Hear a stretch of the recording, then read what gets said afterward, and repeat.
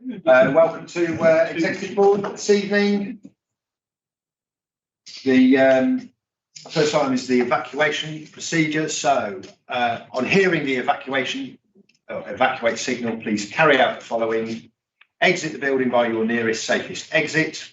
All visitors report to assembly point G. All staff report to their designated assembly point and walkway car park. Do not leave the assembly point for any reason until told to do so by the incident controller or fire brigade officer. And we are not expecting the drill, so if we hear the alarm, we can assume it is for real. Item number 2, apologies for absence. I have apologies from Councillor Chambers, substitute Councillor Phillips. Welcome, and Councillor Deakin, substitute Councillor Derricks. So welcome to Executive Board. Item 3 is disposable pecuniary and non-pecuniary interests.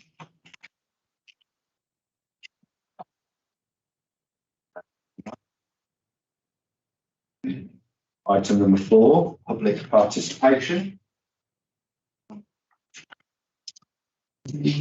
Item number 5, minutes of the meeting of the board held on the 22nd of November 21. Move that be approved. Seconded. That's been moved and seconded. All those in favour? Very much. I'm sorry, mate.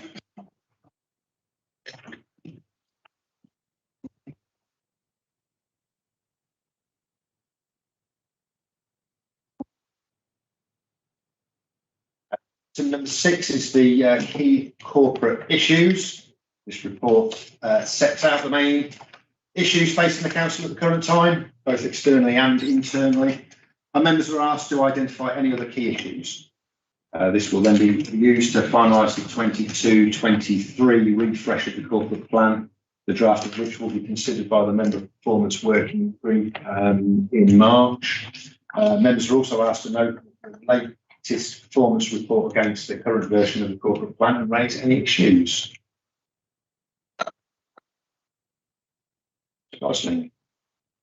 Thank you. Just concerns about chapter, paragraph 521, about the 1-year settlement and the concerns about inconsistencies with funding and government decisions. And I also have some issues with the green issues which were raised, the emerging green industries in chapter 5, 3.5, and about whether we have any more specifics on those, whether we've actually had any green industries express any interest or wish to start trading or expand their trading in our books.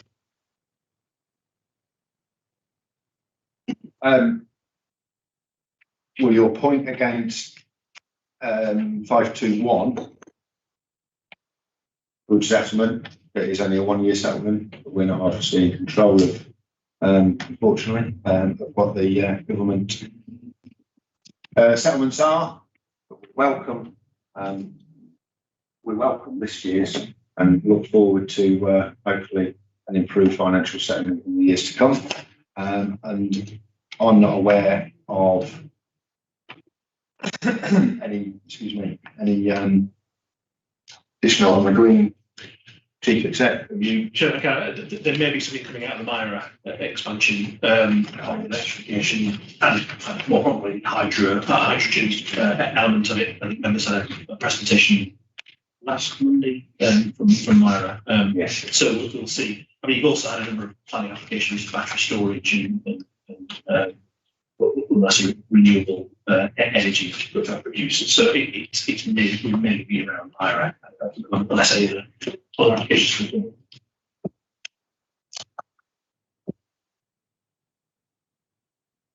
Okay, well, I'll move that from the chair then, seconded by Councillor Humphreys.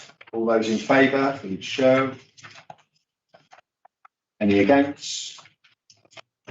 Any abstentions? It's carried, thank you. Item number 7 is the capital strategy. Capital strategy reviewed annually and updated as necessary. Capital resources remain limited, so the overall approach is unchanged from that of last year. Any questions or comments? No, so I can move that from the chair, seconded by Councillor Hayfield. All those in favour? Abstentions? Thank you, that is carried. Item number 8 is the proposed 3-year capital programme. 10-year forecast is available. Capital resources identify the potential shortfall in funding against the limited general fund programme with the shortfall expected to start in 2025-26. And the report proposes a 3-year capital programme for both the housing revenue account and the general fund. Move the recommendation, Chair. Councillor Gosling. Just before, just to express concern about rather large outlays on capital programmes. Again, it's the kind of the plaster on the cuts without restructuring or without actually looking at some of the issues in more depth, like Atherton Leisure Centre and regular issues that come up. Sorry, it's next item, isn't it? Got the last one. Next item. That's capital programme. I'll hold it. Okay. Yeah, sorry. I'm scrolling too quickly. I've gone too far. Yeah, moving on. It's fine. Okay, so I think Councillor Simpson, you moved, and seconded by Councillor Hayfield. All those in favour? And abstentions? Carried, thank you. Item number 9, the general fund revenue estimates. Should we try it again? Councillor Gosling. Yeah. Yeah, we had some concern about every single year there are significant capital expenditures on roofs or on kind of propping up things which are constantly kind of hemorrhaging cash out of the capital budget, and the lack of ambition to actually address those kind of in a long-term way. And I understand there's obviously financial restraints. I think it's mentioned at least 30 times in the report that there are financial restraints, and I do understand that, but we seem to be throwing money at a problem that's never getting solved. Seems as if with investment we would be able to overcome some of these expenditures in a more long-term sustainable way. I think that was agenda item 8. I was going to say, I know your comments, but they were actually on item 8. But we'll note them anyway. Thank you, Councillor Gosling. Any other comments? I'll move that from the chair then, seconded by Councillor Simpson. All those in favour? Excuse me, abstentions? It's carried. Item number 10, General Fund Revenue Estimates 2023 and setting the council tax 2022-23. Councillor Derwent. Thank you. I find it impossible to support this at all. I'm not sure what all the answers are for it. I'm still not prepared to support it, because there is an item on there on page 106 about the closure of the Addison Public Convenience. There's been no evidence of consultation of this, or evidence of consultation with businesses, or any plans about signage. And I think that it is too early to be putting this in place. I'm against it anyway, but I think that we are acting as a council far too quickly on this. I mean, I don't think it should be in the budget there.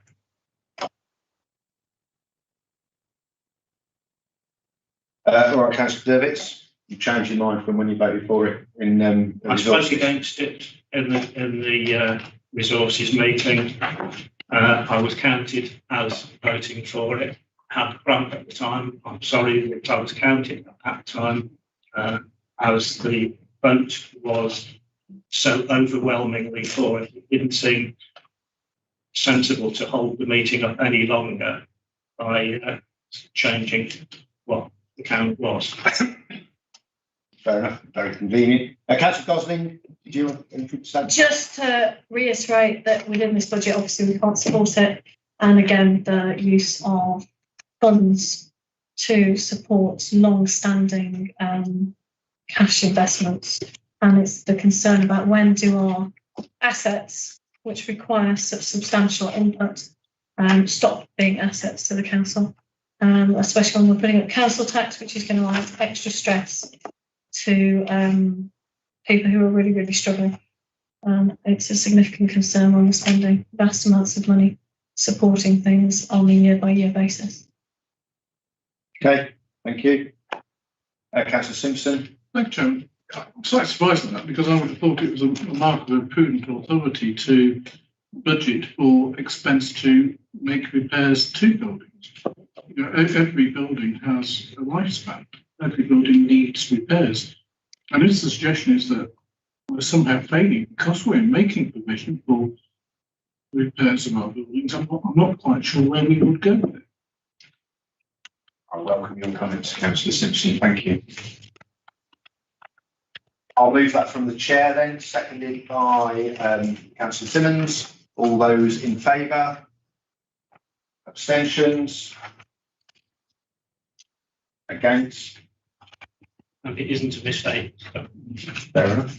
Thank you. Item number 11 is the planning service staffing resource. Any comments, questions? Councillor Simpson.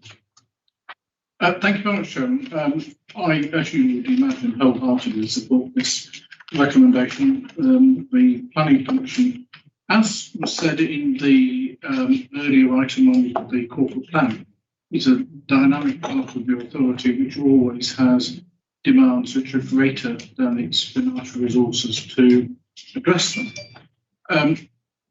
I genuinely see this as the first step in a multi-faceted programme to improve the resources and staffing capability of the department. This is not the end of it, I sincerely hope, but it is a very good first step. Thanks, Councillor Simpson. Councillor Dervix.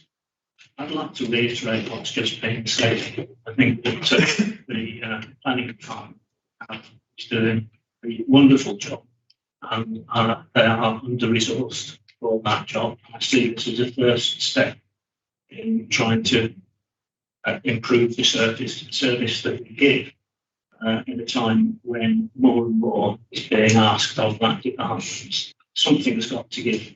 I think this is the first thing in stopping a problem for all of us.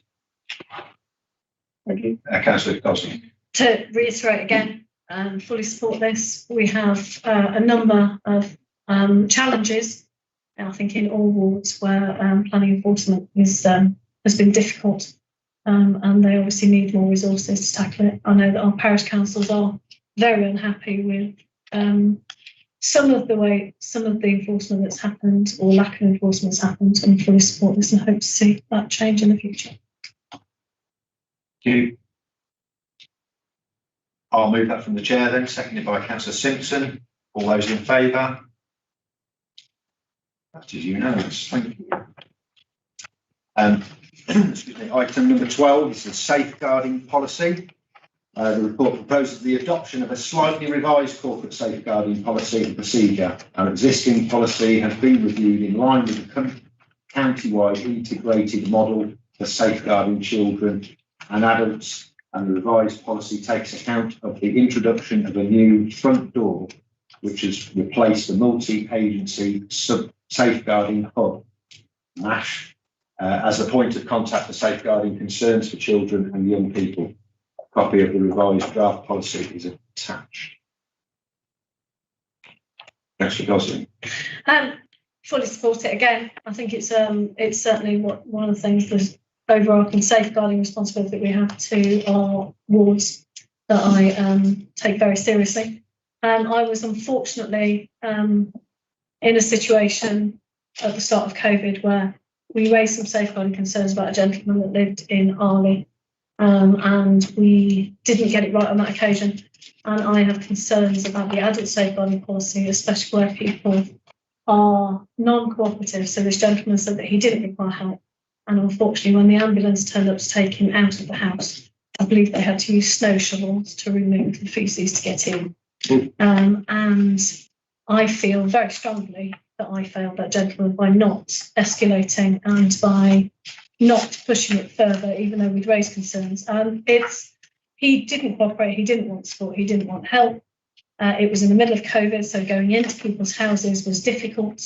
So there are obviously extenuating circumstances, but I would like to see a strengthening of the adult safeguarding policies and a clearer instructions. I love the flow charts, which obviously we have in schools and things.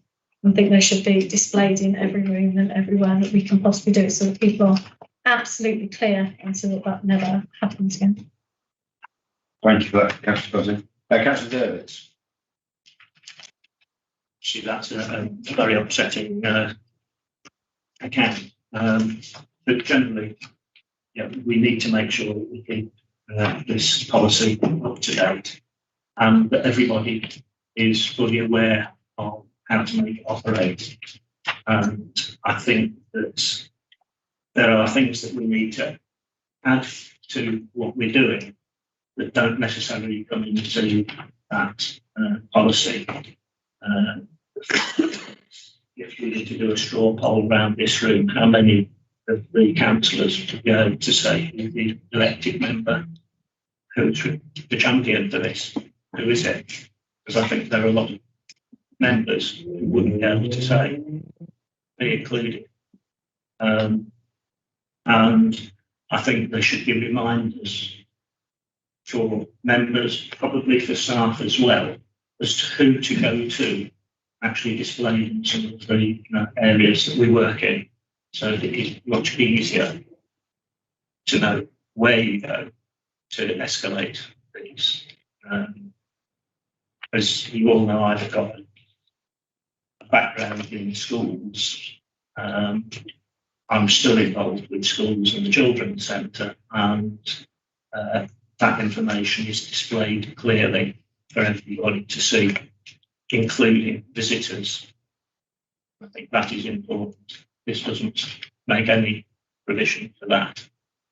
To say, I'm not sure whether it should be actually in the policy, but perhaps a line added might be useful. If it isn't, I think we should take that on board as a council anyway. Thank you. Councillor Simpson. Thank you. It's a small point, and not really in relation to anything that other members have said.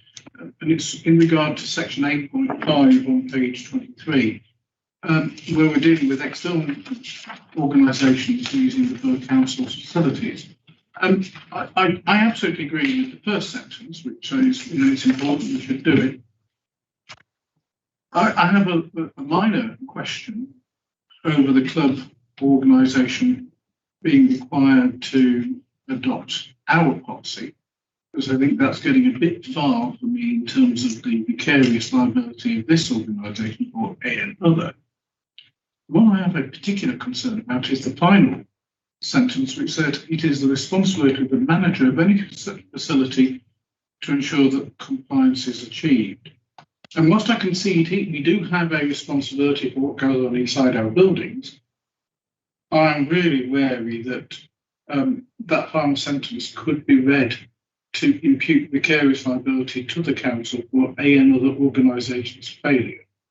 Because if we inject our policy onto them, into their organisation, and then say our employee is responsible for ensuring compliance, I think that has got a risk to us that we don't intend. So I'd just like us just to check that, to see, am I worrying unreasonably? Because I think the other organisation has to have their own responsibility. Clearly, as the building owner, we equally have liabilities and responsibilities, moral as well as legal. But we should not be trying to adopt the responsibility for other parties to ensure compliance with our concern. Councillor Davidson, I think so. Thank you. Just to enlarge on that, when I read the safeguarding policy for the Arts Centre in Lloyd Street, we made exactly that distinction. It was the responsibility of whoever was doing the hiring to make sure that organisations had a policy or had our policy, but that it was then their responsibility to make sure that that was followed. That's not ours. I think that is a very important distinction to make. And Chairman, that's exactly And right. I missed that as well. Simon. Through you, Chair. We've had the policy reviewed through our legal section. We'll get that point picked up again. We'll address it with the head of legal and make sure it's straightened. Thank you. Thank you, Chairman. Thank you, councillors. Any more comments, queries? So subject to that, Chair Hampton, councillor Ryan. apologies, sorry, councillor I Ryan. thought you were going to ignore me then. I do apologise. It's hard to ignore. Thank you, Chief Executive. That's very kind of you. That cash card's good. My only comment was going to be to support what's already been said, but also to put an eye on deliverability of this intention. So how I read that paragraph is that we will be checking every booking at every leisure centre and council facility to make sure that they have got a safeguarding policy in place. So as well as the vicarious liability, we just need to be clear about what we have capacity to deliver as well. Not we're going to be refusing loads of bookings. Thank you, councillor Ryan. Yeah, okay. So with the clarification, we're happy to support, and I'll move that from the chair, seconded by councillor Simpson. All those in favour? And that is unanimous. Thank you. Item number 13 is the West Midlands Combined Authority No Homeless Veterans campaign. North Warwickshire Borough Council is being asked to sign up to 16 pledges as part of the No Homeless Veterans campaign being run by West Midlands Combined Authority. This report gives an overview of those of the services and the council provides for veterans and proposes that this positive work continues. Any comments, questions? Just to welcome the report, I think it's really important. I'm well aware of the early leavers and veterans that do suffer from PTSD and other mental health issues leaving service, and think they deserve all thanks and all the support we can give. Thank you. Any other comments? Right, I'll move that from the chair then. Seconded. Thank you. Seconded by councillor Mawson. All those in favour? Unanimous. Thank you very much. Move to recommendation, Chairman. Got to read the. Second. Okay. So item number 14 is exclusion of the public and press.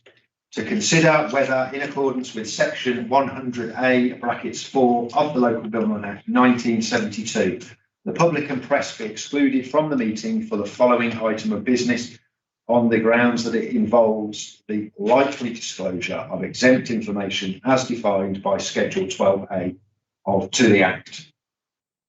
Being moved by councillor Simpson and seconded by councillor Hayfield. All those in favour?